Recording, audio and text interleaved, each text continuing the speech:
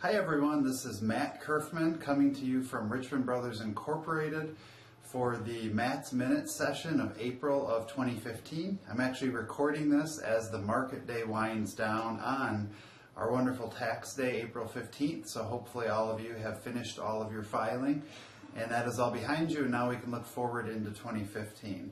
What I wanted to spend a little time this month talking about, and speaking specifically to our clients, we've recently started making some changes in your portfolio, and we've tried to get some communication out by email.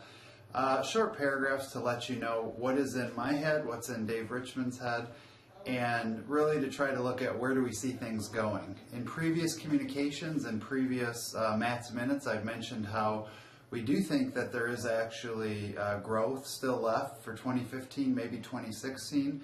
However, as economic data starts to come out in the next 90 days, I would suspect that we're going to see a little bit of volatility in the market, and the reason being we had a pretty cold winter, and so we've talked in the last year that as you have cold winter, it kind of stems economic activity a bit. We tend to not go out as consumers, we tend to not spend as much, housing starts to slow down a little bit. We actually think that's going to be just a minor blip.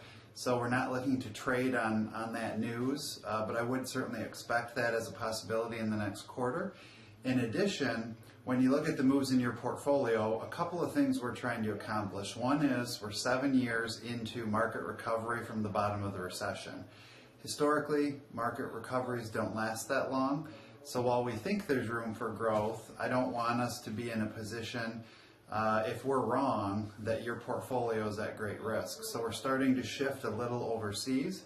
One place would be in Europe, where the European Monetary Union has begun quantitative easing. And whether or not we believe in it or we agree with the economy in Europe, whenever there's quantitative easing done, it typically will inflate equity prices or stock markets. So that's an area we're starting to get outside of the U.S. In addition, we found some very short duration medium to high yield bonds or fixed income that should actually perform well in a rising interest rate environment. So all of these moves are in an effort to give you more balance, give you more stability, give you more diversification, but also really to help and continue to help fund your cash flow. I would suspect this quarter, over the next 1 to 2 months, you will continue to see confirmations and notes from myself and David coming out.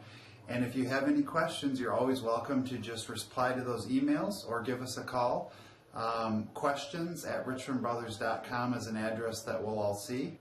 So if you found this video helpful, feel free to pass it along in your email to any family, friends, coworkers who you think might benefit from this type of service. And as always, we appreciate having the opportunity to serve you. Hope you all have a wonderful spring and enjoy the warmer weather that at least here in Michigan we're starting to have. Thanks so much, and this is Matt Curfman signing off.